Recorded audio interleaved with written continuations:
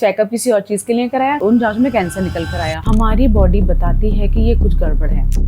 Always take second opinion. जिनका cancer की treatment से कोई लेना देना भी नहीं है, उन्होंने मिस इन्फॉर्मेशन देना शुरू कर दिया है। अगर आप कैंसर से रिलेटेड कोई भी इंफॉर्मेशन देख रहे हैं तो मेरी आपसे हम्बल रिक्वेस्ट है कि प्लीज जिसका कंटेंट देख रहे हैं उसके बारे में ये जान लीजिए क्या वो कैंसर का डॉक्टर है।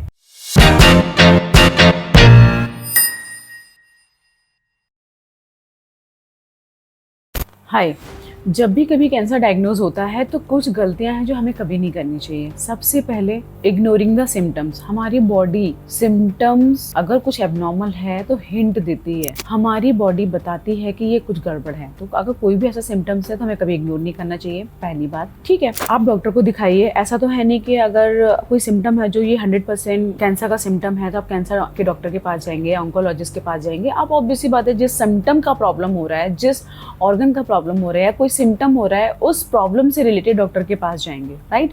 जैसे ही उस डॉक्टर ने डायग्नोज कर दिया कि कैंसर लग रहा है या कैंसर डायग्नोज भी कर दिया, फिर आपका नेक्स्ट स्टेप होगा कि आप प्रॉपर ऑन्कोलॉजिस्ट से मिलेंगे, राइट।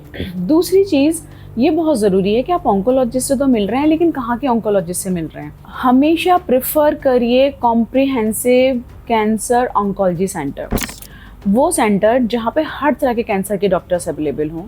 कभी कभी क्या होता है कि कुछ ऐसा सेंटर है जहाँ पे आप गए, सिर्फ एक ही तरह के डॉक्टर हैं, लेकिन फॉर एग्जांपल सिर्फ सर्जन है लेकिन कीमो के नहीं है, कीमो की ज़रूरत पड़ रही है, या फिर बायोप्सी की नहीं है, उसकी ज़रूरत पड़ रही है। तो हमेशा प्रेफर करिए कि कॉम्प्रिहेंसिव कैंसर सेंटर पे जाएं। फिर आता है कि आपने डॉक्टर को दिखा दिया, उन्होंने भी बोला कि यस ऐसा लग रहा है, ट्रीटमेंट ऑफ प्लान दे दिया, आपको बता दिया कि ये होगा। ऑलवेज टेक सेकेंड ओपिनियन, ठीक है। आप मेक श्योर करिए कि जो ये प्लान मुझे दिया गया है ये कितना % एक्यूरेट है या कुछ और ऑप्शन भी है। हमेशा सेकंड ओपिनियन लीजिए। सेकंड ओपिनियन लेने का एक फंडा होता है कि हमेशा बहुत ही हायर जहाँ पे रिसर्च होती है कैंसर से रिलेटेड, उन सेंटर से लेना चाहिए। लाइक एम्स हो गया, टाटा हो गया। थोड़ा टाइम लगता है, थोड़ा सा वेट आपको करना पड़ सकता है, लेकिन हमेशा टेक सेकंड ओपिनियन। आजकल तो ऑनलाइन कंसल्टेशन भी मिलने जाती हैं, जैसे कि आप किसी ऐसी जगह पर हो, ऐसे स्टेट में हो या ऐसी सिटी में हो जहाँ आप सेकंड ओपिनियन लेने जाना पॉसिबल नहीं है आपके लिए, तो आप ऑनलाइन अप्लाई कर सकते हो। आपको रिवर्ट बैक मिल जाएगा, आपको पूरा प्रोटोकॉल मिल जाता है। फिर जहाँ पर आपको वहाँ से आप ट्रीटमेंट लेना शुरू कर दीजिए। फिर है gather all the information related to the your cancer and related to the treatment. कभी भी पैनिकी नहीं होना है। देखो, हमेशा ना लाइफ में ना फंडा है, जो निगेटिविटी होती है वो बहुत ज़्यादा स्प्रेड होती है as compare to the information. अगर आप कैंसर से रिलेटेड कोई भी इन्फॉर्मेशन देख रहे हैं तो मेरी आपसे हम्बल रिक्वेस्ट है कि प्लीज़ जिसका कंटेंट देख रहे हैं, जिसकी इन्फॉर्मेशन देख रहे हैं, बस उसके बारे में ये जान लीजिए क्या वो कैंसर का डॉक्टर है, या उसने कोई रिसर्च कर रखी है कैंसर से रिलेटेड, या उसने कोई PhD कर रखी है। कुछ तो कर रखा होगा तभी वो कैंसर के बारे में इतना बोल रहा है।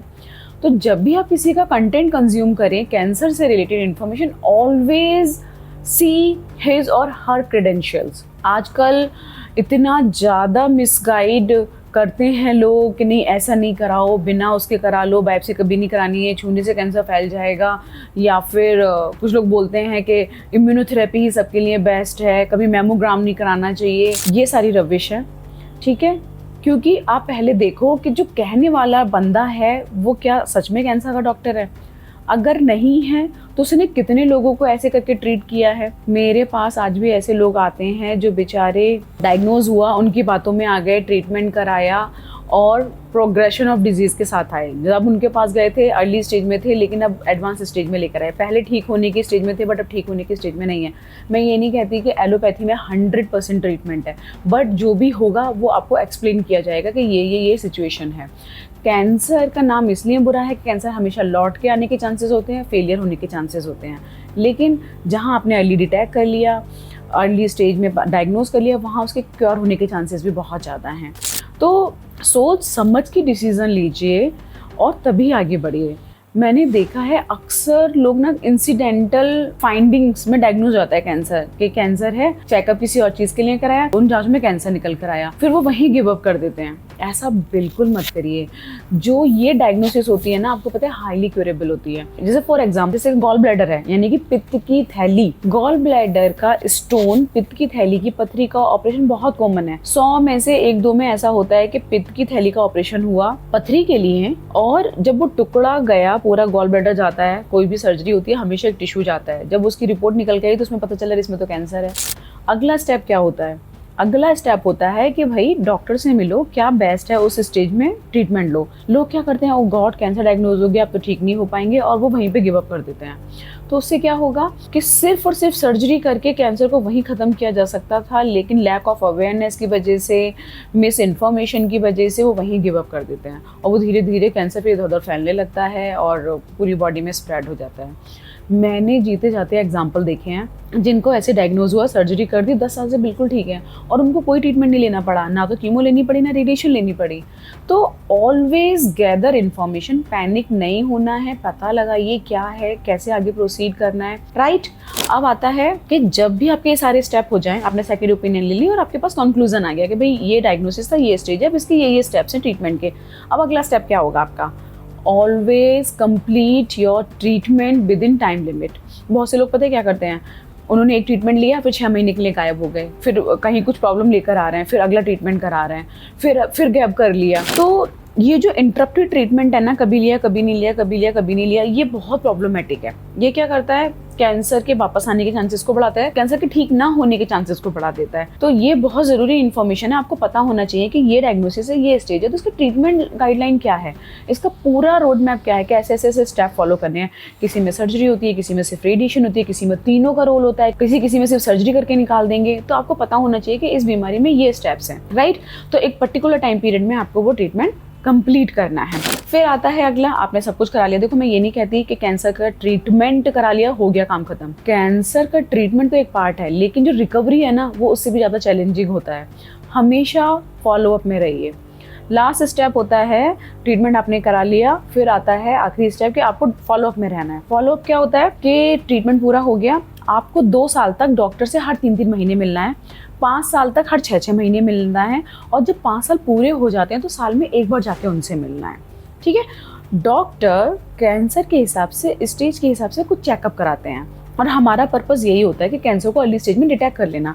बाई चांस ऐसा हो गया, दोबारा से लौट के आया और उसी जगह लोकल था, हम दोबारा से लोकल थेरेपी देके उसको ख़त्म कर देंगे। देखो, लैक ऑफ अवेयरनेस की वजह से बहुत गड़बड़ हो रही है। एक तो एडवांस स्टेज में डायग्नोज हो रहा है इंडिया में कैंसर, दूसरी क्या है, लोगों ने जिनका कैंसर के ट्रीटमेंट से कोई लेना देना भी नहीं है, उन्होंने मिस इन्फॉर्मेशन देना शुरू कर दिया है। इंडिया में प्रॉब्लम ये है कि लोग ना अपना दिमाग नहीं लगाते, जहाँ भीड़ चल रही होती है वहाँ चलने लगते हैं, मिस इन्फॉर्मेशन को इतना शेयर करते हैं कि बस वायरल हो जाती है रातों रात।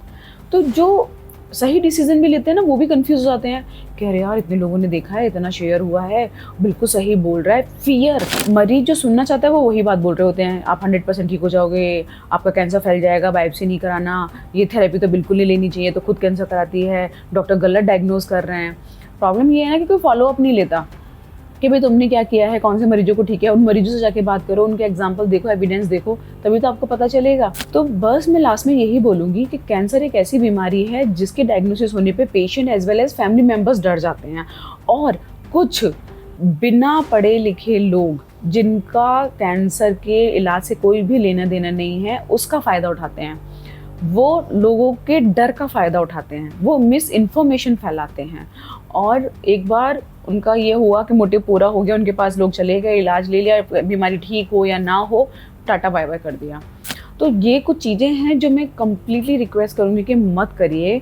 अगर आपको लगता है कि नहीं ये चीज़ सही नहीं है, ये हमें पता लगाना है, आप दूसरे डॉक्टर से मिलिए, तीसरे डॉक्टर से मिलिए, गूगल कर लीजिए। गूगल में कभी भी अगर ये बोला जाए कि इस कैंसर का इलाज क्या है, तो वो कुछ और इलाज बता रहा है, तो गो फॉर दैट।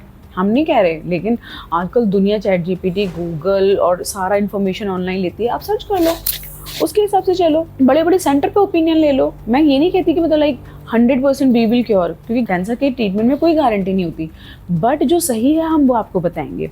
जो रिसर्चेस करके जो एविडेंस हमारे पास है हम उनके हिसाब से चलेंगे। हम हमेशा इंटरनेशनल गाइडलाइन फॉलो करते हैं, नेशनल गाइडलाइन फॉलो करते हैं। कभी भी कोई भी डॉक्टर अपने मन से ट्रीटमेंट नहीं देता है, ठीक है। जहाँ पे भी आपको डाउट हो cross check, but please don't delay. Video के लास्ट में मैं यही कहूँगी कि मिस इन्फॉर्मेशन पे मत जाओ, अपना दिमाग लगाओ और जल्दी से जल्दी कैंसर को अर्ली स्टेज में डायग्नोज करो, ताकि उसका बहुत अच्छा रिजल्ट आए। किसी को अगर कोई और इन्फॉर्मेशन चाहिए सर्जरी से रिलेटेड, रेडिएशन से रिलेटेड, साइड इफेक्ट से रिलेटेड, प्रिवेंशन से रिलेटेड, सर्वाइवल को क्या क्या ध्यान देना है। सर्वाइवर वो लोग होते हैं जिनका कैंसर का इलाज पूरा हो चुका होता है, जस्ट वो फॉलोअप में होते हैं, उनको किन बातों का ध्यान देना है, सब पे मेरे वीडियोज़ हैं, ठीक है। एंड एक्सपर्ट्स के साथ हैं। अगर आपको पेट सिटी से रिलेटेड वीडियो चाहिए तो वो एक्सपर्ट के साथ है, मैंने नहीं नॉलेज दी है उसमें, जो उस फील्ड के डॉक्टर एक्सपर्ट है उनके साथ वो वीडियो है। प्लीज़ जाओ देखो, अगर कोई नीडी है उसको ये इन्फॉर्मेशन शेयर करो, हो सकता है आपके एक शेयर से किसी की लाइफ बच जाए। तो thank you so much for watching this video. Please like, comment and share with others and spread cancer awareness as much as possible. Thank you so much.